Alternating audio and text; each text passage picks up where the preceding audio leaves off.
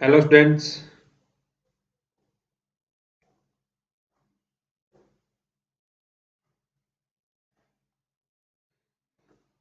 आज हम BSc part 3 में जो कॉम्प्लेक्स एनालिसिस पढ़ रहे थे उसके अंदर आपका सिलेबस डिस्कस करेंगे। तो बीकानेर यूनिवर्सिटी में जो आपका पेपर सेकंड है एनालिसिस, उसके अंदर आपके 5 यूनिट है, जिसमें पहली यूनिट आपकी मैट्रिक स्पेस। तो ये हमने पढ़ ली थी कि point set theory, open and close set, limit point of set, neighbourhood Bolzano Weierstrass theorem, Heine Borel theorem, compact net, connected net, Cantor. ये थोड़ा सा शायद रह गया था, कॉम्पैक्टनेस और कनेक्टेडनेस और कंटोर टर्नरी सेट। ठीक है, बाकी इसके अंदर इस यूनिट में फर्स्ट यूनिट में हो गया था हमारा। और सेकंड यूनिट में डेफिनेशन एग्जाम मैट्रिक स्पेस कर लिया था, इसका एग्जांपल कर लिए थे, और डायमीटर की डेफिनेशन कर ली थी, bounded set, open sphere, interior point, interior set, ये सब चीज पढ़ ली थी। ड्राइव और closure of set, close set, ये सब पढ़ लिया। Close sphere, properties of open and close set, boundary point of set, convergent and Cauchy sequence, complete metric space, ये सब पढ़ ली थी। कंट्रोल इंटरसेक्शन थ्योरम भी पढ़ ली थी। टेन सबसेट पढ़ लिया था। बे कैटेगरी थ्योरम ये वाली नहीं पढ़ी थी। बाकी इसके अंदर पूरा सिलेबस हो गया है ना। थर्ड यूनिट जिसके अंदर लिमिट ऑफ फंक्शन पढ़ लिया, कंटिन्यूटी पढ़ ली, कंटिन्यूस फंक्शन पढ़ लिया, theorem necessary sufficient condition for the continuity of function ये पढ़ लिया था, यूनिफॉर्म कंटिन्यूटी पढ़ ली थी, और कॉन्ट्रैक्टिंग मैपिंग पढ़ ली थी, और ब्लास फिक्स पॉइंट थ्योरम शायद पढ़ ली थी, इक्विवेलेंट मैट्रिक्स मैट्रिसेस ये शायद नहीं पढ़ी थी, और कॉम्पैक्टनेस और sequentially compactness, totally bounded space, finite intersection property, ये सब ये लास्ट का नहीं पढ़ा था। इसमें थर्ड यूनिट में बाकी बचा है थोड़ा बहुत, वो देख लेंगे हम, कोई दिक्कत नहीं है। फिर हम कॉम्प्लेक्स स्टार्ट कर दिया था। कॉम्प्लेक्स में फोर्थ यूनिट आती है, तो इसमें complex number of ordered pair ये पढ़ लिया, कॉम्प्लेक्स पेयर पढ़ लिया, ज्योमेट्रिक रिप्रेजेंटेशन पढ़ लिया था, और कनेक्टेड एंड कॉम्पैक्ट सेट पढ़ लिया, करो and region of complex plane ये सब पढ़ लिया था, और स्टेटमेंट ऑफ जॉर्डन करो ये भी पढ़ाया था मैंने, और एक्सटेंड प्लेन, कॉम्प्लेक्स प्लेन, और स्टेरियोग्राफिक ये वो प्रोजेक्शन वाला था, ये सर्कल बनाया, एक वो गोला बनाया था, और उसको काटने वाला एक प्लेन होता है, वो इमेज बनाते हैं ना। वो complex value function, valued function, limit पढ़ दी, कन्वर्जेंस, कंटिन्यूटी, डिफरेंशिएबिलिटी ये सब पढ़ लिया था। एनालिटिक फंक्शन क्या होता है, सीआर इक्वेशन क्या होती है, यहाँ तक ये फोर्थ कंडीशन खत्म हो जाती है, फोर्थ चैप्टर खत्म हो जाता है। फिर उसके बाद आ जाता है अपने फिफ्थ यूनिट। फिफ्थ यूनिट में क्या आता है, हार्मोनिक फंक्शन। जो हमने अभी हार्मोनिक फंक्शन स्टार्ट किया था वो ये फिफ्थ यूनिट में आता है। ठीक है, उसमें आप नोट कर लीजिए हार्मोनिक फंक्शन, और कंस्ट्रक्शन ऑफ एनालिटिक फंक्शन, यानी कि कॉन्जुगेट हार्मोनिक फंक्शन की हेल्प से हम एक फंक्शन को u प्लस आइटा v में बना सकते हैं। तो ये दो टॉपिक इसके क्लियर हो चुके हैं। फिर इसके फिफ्थ यूनिट में आपके बचेगा कन्फॉर्मल मैपिंग और bilinear transformation and its properties, ये काफी इंपॉर्टेंट है। Fixed point, cross ratio, inverse point, और एलिमेंट्री मैप्स, ये समथिंग दे रखे इनके बारे में थोड़ा सा डिस्कस करना है। तो ये हमारा फिफ्थ यूनिट खत्म हो जाएगा। चलो आज इसके ऊपर थोड़ा सा मैं आपको एक इम्पोर्टेंट एग्जाम्पल करवा देता हूँ, तो उसके बाद हम फिर ये कन्फर्मल मैपिंग स्टार्ट करेंगे नेक्स्ट लेक्चर में। ठीक है, नेक्स्ट लेक्चर में क्या स्टार्ट करेंगे, कन्फर्मल मैपिंग। आपका ये बच गया शायद एक CR equation in polar form बच गया था। ठीक है, ये भी मैं एक दिन करवा दूंगा। ठीक है, क्या CR Kosi Riemann equation in polar form, Cartesian में तो हमने पढ़ लिया, पोलर फॉर्म में रह गया था, वो देख लेंगे। ठीक है, तो अभी करते हैं हम एक एग्जाम्पल। तो एक एग्जाम्पल है, ये काफी इंपॉर्टेंट है, इसके ऊपर लगा रखा है 2017 में, 11 में, 18 में ऐसे आया हुआ है, तो अभी इसको कर लेते हैं। Show that an analytic function, show that, example number 12 है। ठीक है, show that an analytic function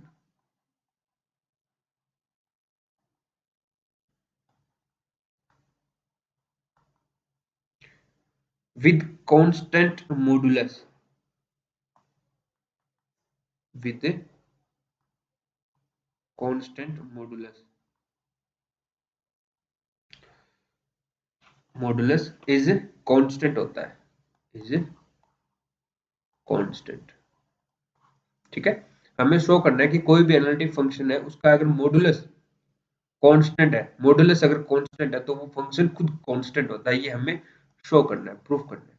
तो सबसे पहले मैं ले लेता हूँ, एक फंक्शन ले लेता हूँ एफ जेड, जो क्या है u plus iota v type का है, और ये एनालिटिक है। ये एनालिटिक वाली कंडीशन इसमें सबसे इंपॉर्टेंट रोल करेगी, ठीक है, इंपॉर्टेंट रोल अदा करेगी। अभी इसने बोल दिया कि इसका मॉडुलस क्या है, कांस्टेंट है। इसका मॉडुलस कांस्टेंट लेना है कि एफ ऑफ जेड, यानी कि mod u plus iota v, ये क्या है, कांस्टेंट है। समझ रहे हो बात को, सी मैंने कांस्टेंट वैल्यू मान ली, तो इसका आप स्क्वायर कर दीजिए, यानी कि एफ ऑफ जेड का square is equal to u plus iota v का स्क्वायर। यानी कि हम क्या करते हैं, इसका मॉडुलस का स्क्वायर लेने का मतलब होता है इसका मॉडुलस क्या होता है, u square plus v square का अंडर रूट होता है, और उसका स्क्वायर कर दिया, इसका मतलब u square plus v square, है ना। कोई भी कॉम्प्लेक्स नंबर उसका मॉडुलस क्या होता है, यानी कि modulus z is equal to होता है under root x square plus y square, यानी कि उसका रियल पार्ट का स्क्वायर प्लस इमेजिनरी पार्ट का स्क्वायर। तो यही है मॉडुलस एफ, यानी कि u square plus v square का अंडर रूट, और उसका स्क्वायर कर दिया, इसका मतलब अंडर रूट हट गया, is equal to c square. ये इक्वेशन अपने पास आ गई। अब इस इक्वेशन का आप u के रिस्पेक्ट में पार्शियल डेरिवेटिव, सॉरी x के रिस्पेक्ट में पार्शियल डेरिवेटिव कर दीजिए। तो x के रिस्पेक्ट में पार्शियल डेरिवेटिव करने पे क्या आएगा, 2u del u upon del x और plus 2v del v upon del x बराबर 0, यानी कि u del u upon del x plus v del v upon del x is equal to 0 आ जाएगा, ठीक है। सिमिलरली आप इसका क्या कर दोगे, y के रिस्पेक्ट में पार्शियल डेरिवेटिव कर दीजिए। तो y के रिस्पेक्ट में partial derivative 2u del u upon del y और plus 2v del v upon del y is equal to 0। यहां से देखो, अब देखो ये क्या है, del u upon del y है।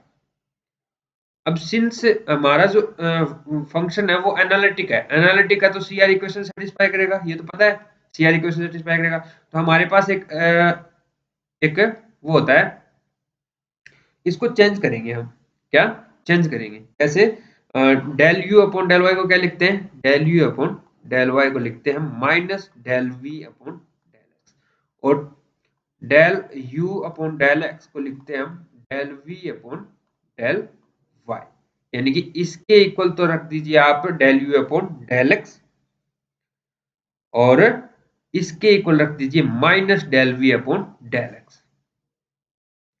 तो इसके इक्वल आ गया माइनस यू, तो एज इट इज रखो, इसकी जगह रख दिया मैंने del v upon del x, del v upon del x plus ये v रखेंगे एज इट इज, और del v upon del y की जगह रखूंगा मैं del u upon del x, del u upon del x is equal to 0। तो अपने पास दो इक्वेशन आ गई। अब क्या करेंगे, इन दोनों का स्क्वायर करके ऐड कर दीजिए, ठीक है। क्या करोगे, स्क्वायर करके आपस में ऐड करेंगे। तो आप ऐसे भी कर सकते हो, कैसे, इसको अदर साइड ले जाओ और इसको भी अदर साइड ले जाओ, और दोनों का आपस में स्क्वायर करके और दोनों को ऐड कर दीजिए। देखो उससे नहीं, उससे प्रॉब्लम हो जाएगी, उससे फिर नेगेटिव आएगा, वो प्रॉब्लम करेगा, सॉरी। आप क्या करोगे, आप इसका स्क्वायर करो और इसका भी स्क्वायर करो और आपस में ऐड कर दो। तो स्क्वायर खोलना है इसका, इसका स्क्वायर खोलोगे यानी कि यू स्क्वायर और del u upon del x का square plus v square del v upon del x का स्क्वायर, और प्लस क्या आता है 2 इंटू यू वी और ये से, ठीक है, यानी कि 2 u v del u upon del x और del v upon del x, इतना, ठीक है। अब सिमिलरली इसका भी आपको क्या करना है, स्क्वायर करना है और ऐड करना है आपस में, तो ऐड करते जाओ बस। इसका स्क्वायर करोगे यानी कि u square del square v upon del x, sorry sorry del v del v upon del x का होल स्क्वायर, ये है। इसका स्क्वायर कर दो, वी स्क्वायर और del u upon del x का होल स्क्वायर। अब यहाँ पे माइनस है तो माइनस आएगा, minus two u v del u upon del x del v upon del x is equal to 0 आएगा। अब ये क्वांटिटी तो इससे कैंसिल हो जाएगी। अब del u upon del x, del u upon del x ये दोनों सेम आ रहा है, तो यहाँ से आप कॉमन ले तो ये u square plus v square बचेगा, यानी कि u square plus v square del u upon del x का स्क्वायर प्लस ये और ये वाला del v upon del x, del v upon del x का स्क्वायर जब कॉमन लोगे तो u square v square plus u square, यानी कि u square plus v square common आएगा कहाँ से, del v upon del x का स्क्वायर इज इक्वल टू 0। इतना ठीक है। अभी del u square plus v square दोनों में कॉमन आ गया, u square plus v square common आ गया, बचा क्या, del u upon del x का स्क्वायर और plus del v upon del x का स्क्वायर और इज इक्वल टू 0 बचा। अब हमारा फंक्शन, ये तो क्या है, फंक्शन का मोड है ना, एफ एक्स के मोड का स्क्वायर है ये, और हमारा फंक्शन क्या नहीं है, 0 नहीं है। हमारा जब तक फंक्शन 0 नहीं होगा तब तक उसका मोड है वो कभी भी 0 नहीं हो सकता। तो ये तो 0 हो नहीं सकता, ये तो 0 हो नहीं सकता, तो होगा कौन सा, ये वाला 0 होगा। इसका मतलब del u upon del x का square plus del v upon del x का स्क्वायर इज इक्वल टू 0। अब ये क्या चीज है, तो वो देख लेते हैं। चीज देखो, हमने क्या माना था, f of z is equal to u plus iota v माना, और मैंने आपको करवाया था कि एफ डैश क्या होता है, एफ डैश जेड होता है, इसका एक्स के रिस्पेक्ट में डेरिवेटिव कर दो, यानी कि del u upon del x और plus eta del v upon del x, ये हमारा डेरिवेटिव होता है, यानी कि ये जो है वो एफ का डेरिवेटिव होता है।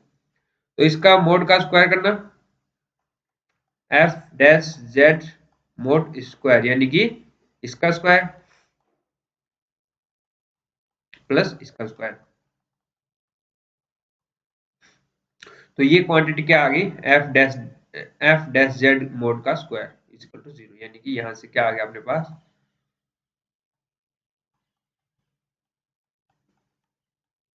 मोड का स्क्वायर इज इक्वल टू 0 आ गया। अब किसी नंबर के मोड का स्क्वायर 0 आ रहा है तो इसका मतलब है कि वो नंबर 0 है, क्योंकि अदरवाइज तो ये पॉजिटिव क्वांटिटी होती है ना, मॉडुलस लेंगे तो ये पॉजिटिव क्वांटिटी होती है, यानी कि इसका स्क्वायर प्लस इसका स्क्वायर, ये भी नंबर पॉजिटिव, ये भी नंबर पॉजिटिव, स्क्वायर होने पे पॉजिटिव बन जाता है ना, और ये नंबर का पॉजिटिव नंबर का सम 0 आ रहा है, इसका मतलब वो नंबर ही 0 है। इसका मतलब ये हमारा एफ डैश जेड क्या है, 0 है, तभी इनका मॉडुलस का स्क्वायर क्या है, 0 आ रहा है। ओके, यानी कि किसी फंक्शन के डेरिवेटिव 0 होने का मतलब क्या है, वो फंक्शन क्या है, कांस्टेंट है, इसका मतलब f dash z is equal to क्या है, कांस्टेंट है, तभी तो उसका डेरिवेटिव 0 आ रहा है।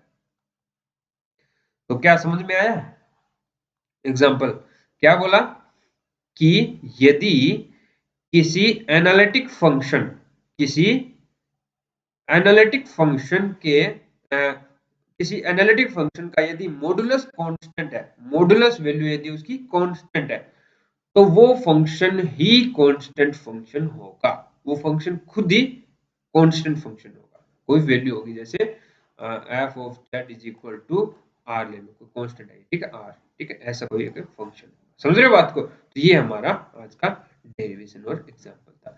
नेक्स्ट क्लास में हम स्टार्ट करेंगे कन्फर्मल मैपिंग, कन्फर्मल मैपिंग, ठीक है, तो वो नेक्स्ट लेक्चर में करेंगे। आज के लिए इतना ही।